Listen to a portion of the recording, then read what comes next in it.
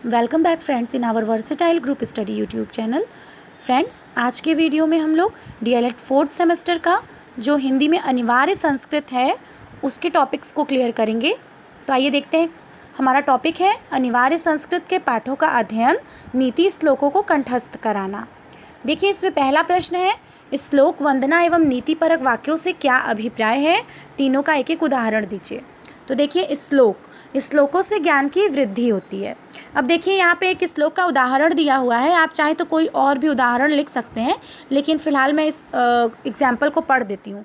जाड्यम धियो हरति सिंचति वाचि सत्यम, मनोनतिम दिशतीम पापम माप करोति, लक्ष्मीम तनोति वितनोति च दिशु कीर्तिम, सत्संगति कथय किम न करोति पुंसाम।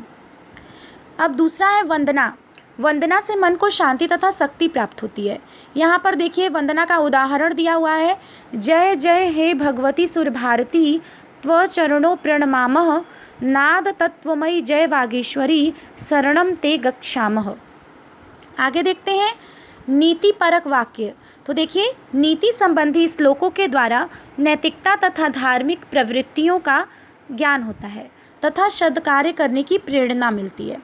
नीति संबंधी श्लोकों का उदाहरण देखिए। नीति संबंधी श्लोकों का उदाहरण है, सत्यम ब्रूयात प्रियम ब्रूयात, न ब्रूयात सत्यम अप्रियम, प्रियम च नानृतम ब्रूयाद, एष धर्मः सनातनः। ठीक है फ्रेंड, तो ये हमारा पहला क्वेश्चन था। हमारा नेक्स्ट क्वेश्चन है, अनुकरण वाचन एवं स्वस्वर वाचन से आप क्या समझते हैं? तो देखिए, अनुकरण वाचन शिक्षार्थियों द्वारा व्यक्तिगत रूप से आदर्श वाचन का अनुकरण द्वारा किए गए पठन को अनुकरण वाचन कहते हैं। अर्थात जो शिक्षक अपने खुद से वाचन करता है कक्षा में पढ़ाते समय, तो उसे हम लोग क्या कहते हैं? आदर्श वाचन। और जब इसका अनुकरण विद्यार्थी करता है तो इसको हम लोग कहते हैं अनुकरण वाचन। आगे देखिए, सस्वर वाचन। इसके अंतर्गत कक्षा के समस्त शिक्षार्थी एक साथ मिलकर समान स्वर, गति तथा लय में मौन पठन करते हैं। तो फ्रेंड्स, सस्वर वाचन मतलब सामूहिक तौर पे किया गया वाचन। मतलब कक्षा में बहुत सारे शिक्षार्थी हैं और एक साथ मिल कर के एक समान स्वर, गति, लय में या तो मौन पाठन करें या फिर उसको सामूहिक पाठन भी कर सकते हैं। तो ये सस्वर वाचन कहलाएगा। हमारा नेक्स्ट प्रश्न है, वैदिक वंदना के किन्हीं दो भागों का हिंदी में अनुवाद कीजिए। तो देखिए, वैदिक वंदना का प्रथम भाग दिया हुआ है, त्वम आदिदेवः पुरुषः पुराणः, त्वमस्य विश्वस्य परम निधानम, वेत्तासि वेद्यम च परम च धाम, त्वया ततम विश्व अनंत रूपम।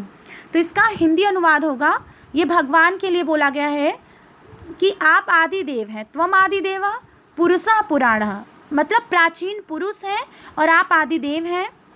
आप इस संसार के श्रेष्ठ निधान हो, यानी त्वमस्य विश्वस्य परम निधानम, यानी आप इस संसार के श्रेष्ठ निधान हो, आश्रय हो। वेत्तासि वेद्यम, तथा जानने वाले हो, च परम च धाम, और जानने योग्य हो एवं परम धाम हो। और त्वयाम ततम विश्व अनंत रूपम, हे अनंत रूप वाले भगवान, आप से ये संसार व्याप्त है।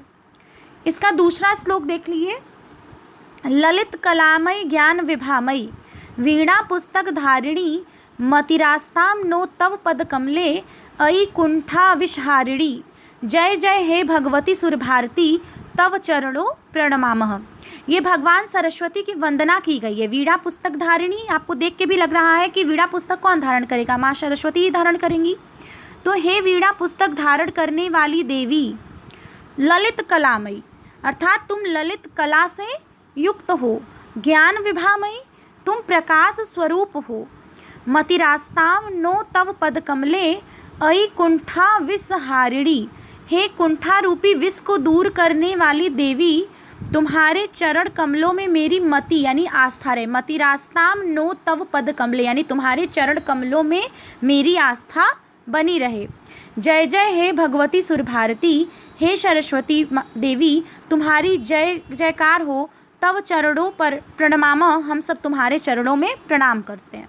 तो इस तरह से कोई भी श्लोक आएगा फ्रेंड, तो उसको आपको लाइन बाय लाइन रीड करना है और उसके अर्थ को हिंदी में अनुवाद कर देना है। आगे देखिए, नीचे लिखे हुए नीतिपरक श्लोक का अर्थ लिखिए। देखिए कौन सा है नीतिपरक श्लोक? रूप यौवन संपन्ना विशाल कुल संभवा विद्याहीना न शोभन्ते निर्गंधा इव किंशुकाः।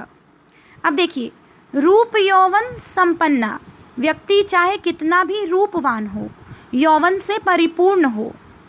विशाल कुल संभवा, उसने किसी भी महान कुल में जन्म लिया हो।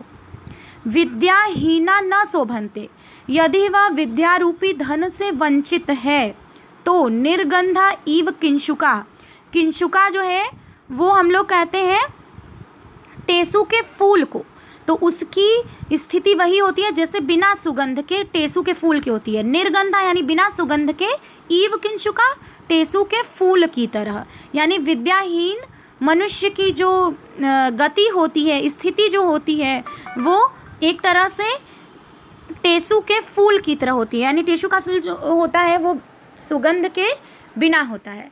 आइए फ्रेंड आगे देख लेते हैं हम लोग। देखिए यहाँ पे कुछ प्रश्न दिए गए हैं। समय एव करोति बला बलम, इसी नीति वाक्य का अर्थ लिखिए। तो देखिए इस नीति वाक्य का अर्थ है समय ही मनुष्य को सबल और निर्बल बनाता है। एक और श्लोक दिया है, दीनांते च पिबेत दुग्धम निशांते च पिबेत पयः भोजनांते पिबेत तक्रम किम वैद्यस्य प्रयोजनम। कहने का मतलब है जो दिन के अंत में अर्थात शाम के समय दूध पीता है और निशांते च पिबेत पयः, निशांते यानी रात के अंत में, यानी अर्थात प्रातः काल जल पीता है। भोजनांते पिबेत तक्रम, और भोजन के बाद क्या करता है? मट्ठा पीता है। तो तक्रम किम वैद्यस्य प्रयोजनम, यानी उसको डॉक्टर का क्या प्रयोजन है, अर्थात उसको डॉक्टर की कोई भी आवश्यकता नहीं है। ठीक है फ्रेंड्स, अगला प्रश्न देख लीजिए। शुभाशितानी का अर्थ लिखिए। यानी शुभाशितानी कहते किसे हैं? तो शुभाशितानी से आशय ऐसे सूक्ति एवं वाक्य से है जिनके द्वारा नीति संबंधी नैतिक तथा धार्मिक प्रवृत्तियों का ज्ञान प्राप्त होता है। यानी कि शुभाशितानी यानी देख करके भी लग रहा है सुंदर वचन, ऐसे सूक्ति, ऐसे वाक्य, ऐसे वचन जो नीति संबंधी हो, धार्मिक प्रवृत्तियों के संबंधित हो, ठीक है, जिनसे हमें नैतिकता के गुणों का विकास हो सके, उन्हें हम लोग शुभाशितानी कहते हैं। एक लास्ट प्रश्न देखेंगे आज के सेशन का। हितम मनोहारी वचम दुर्लभम, इस सूक्ति का अर्थ एक पंक्ति में लिखिए। अर्थात हितकारी और प्रिय लगने वाली बात एक साथ संभव नहीं होती है। यानी फ्रेंड जो आपके लिए हित के लिए बात कही जाएगी वो ज़रूरी नहीं है कि वो आपको प्रिय लगे। हो सकता है कि आपको के हित के लिए, आपके भले के लिए कही गई बात आपको कड़वी लग सकती है। इसीलिए इस सूक्ति का अर्थ है कि हितकारी और प्रिय लगने वाली बात जो है वो एक साथ संभव नहीं होती है। तो फ्रेंड्स आज का वीडियो आपको कैसा लगा कमेंट सेक्शन में ज़रूर बताइएगा। हमारे चैनल को लाइक करिए, सब्सक्राइब करिए, शेयर करिए, ज़्यादा से ज़्यादा कमेंट करिए फ्रेंड्स, और सब्सक्राइब करने के बाद बेल आइकन का बटन ज़रूर प्रेस करें। And thanks for watching friends.